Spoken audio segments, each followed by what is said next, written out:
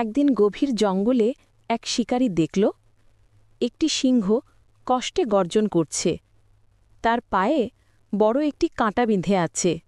আমি কি ওকে সাহায্য করব? কাঁটা টানার শব্দ, সিংহের গর্জন থেমে যায়।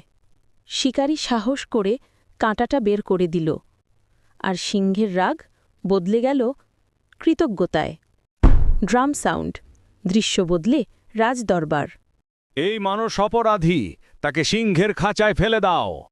জনতার হাঁপ ধরা, খাঁচার দরজা বন্ধ হওয়ার শব্দ। সবাই ভাবল সিংহ এবার তাকে মেরে ফেলবে। টান টান সঙ্গীত। সিংহ ধীরে ধীরে এগিয়ে আসে।